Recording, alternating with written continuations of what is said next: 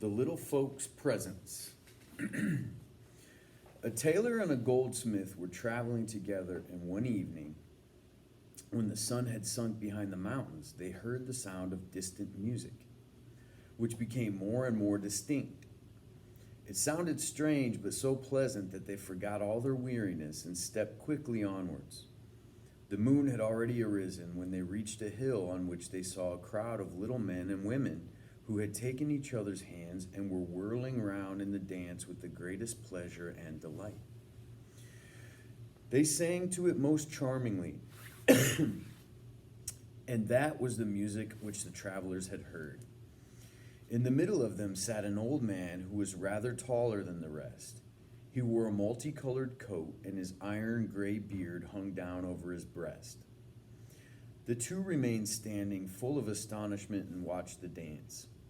The old man made a sign that they should enter, and the little folks willingly opened their circle. The goldsmith, who had a hump,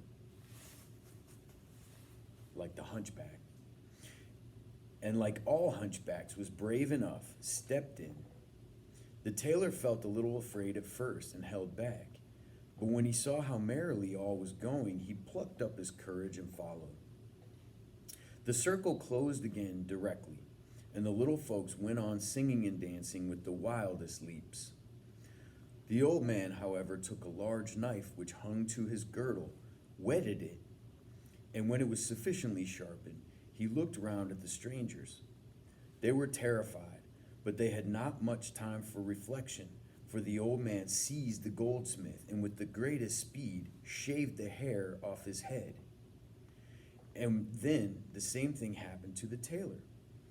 But their fear left them when, after he had finished his work, the old man clapped them both on the shoulder in a friendly manner, as much as to say, they had behaved well to let all that be done willingly to them, and without any struggle. He pointed with his finger to a heap of coals which lay on one side, and signified to the travelers by his gestures that they were to fill their pockets with them. Both of them obeyed, although they did not know of what use the coals would be to them. And when they went on their way to seek shelter for the night, when they had got into the valley, the clock of the neighboring monastery struck 12, and the song ceased. In a moment all had vanished, and the hill lay in solitude in the moonlight.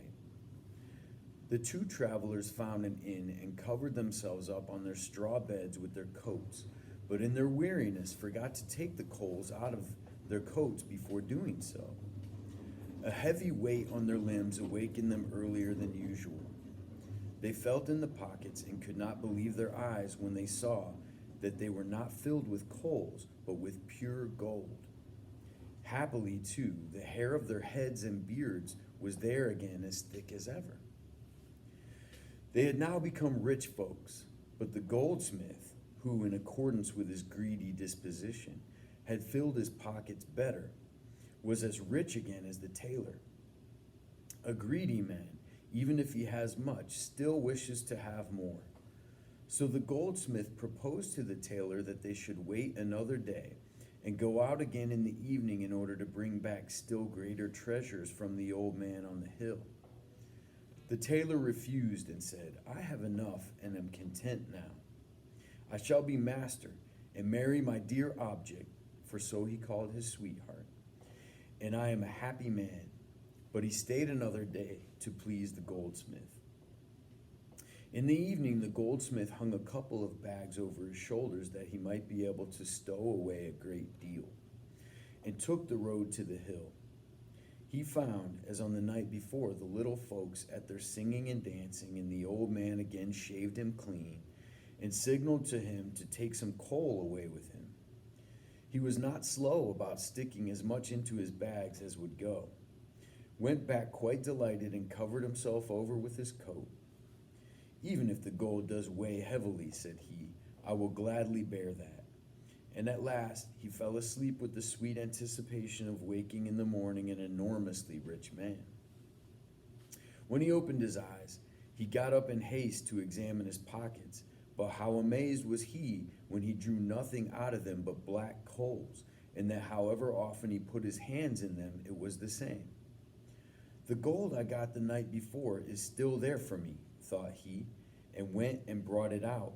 But how shocked he was when he saw that it likewise had again turned into coal.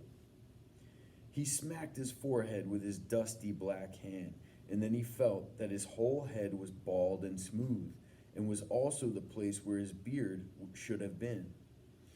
But his misfortunes were not over yet. He now saw for the first time that in addition to the hump on his back, a second, just as large, had grown in front on his breast. Then he recognized the punishment of his greediness and began to weep aloud. The good tailor, who was awakened by this, comforted the unhappy fellow as well as he could and said, "You have been my comrade in traveling time. You shall stay with me and share my wealth." He kept his word, but the poor goldsmith was obliged to carry the 2 humps as long as he lived, and to cover his bald head with a cap. And that, boys and girls, is because of greediness. You see? Have a great day, everybody.